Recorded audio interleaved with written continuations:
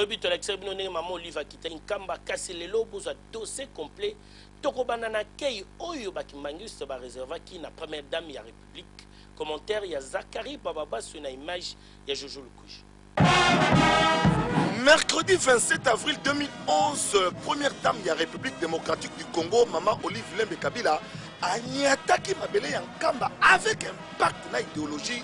Dans le cadre, il y a 3 événements Oyo et Salamaki Awanankamba. Et Zali Bongo, 52e anniversaire, il y a mort, il y a Maman Mouilou. Moi, si il y a prophète Simon Kimbangu, clôture, il y a jubilé Oyo Basali Pona Bandaki depuis 2009, pays inauguration, il y a Kilongo Oyo Basali Pona Maman Mouilou. Botala Awadang, Maman Olive a quitté un hélicoptère, il y a commandement. Dengue gouverneur à province ya Bakongo de Onkusu a yambiye na kombo ya bana ya Bakongo surtout kolonga balongo wana inde ti awana kati ya ndako oyo ezali epai ya chef spirituel ya église Kimangiste pour représentant légal Simon Kimbangu Kiangani.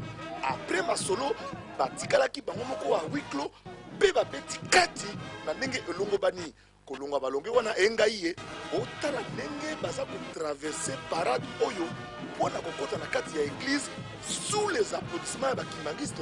Et puis Maman Olive a assisté à la messe oyo ezalaki organisée à l'occasion il y a 3 événements oyo na suka ya masolo lisolo monene oyo Maman Olive atambolelaki awa yango oyo inauguration na kombo ya chef de l'état ya mausolée oyo bakimangiste basali mpona Maman Mouilou na mokolo ya lelo. Otala ndenge Maman Olive Lembe Kabange première dame aza kokata ruban symbolique sous l'œil vigilant ya papa Simon Kimbangu Kiangani chef spirituel église Kimangiste. Nyonso esalami avec un pacte na idéologie na satisfaction ya bakimangiste nyonso tout bautaki monde entier yaki awa na nkamba mpona événement oyo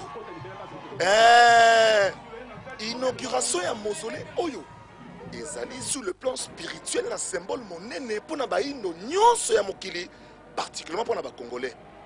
Terrible.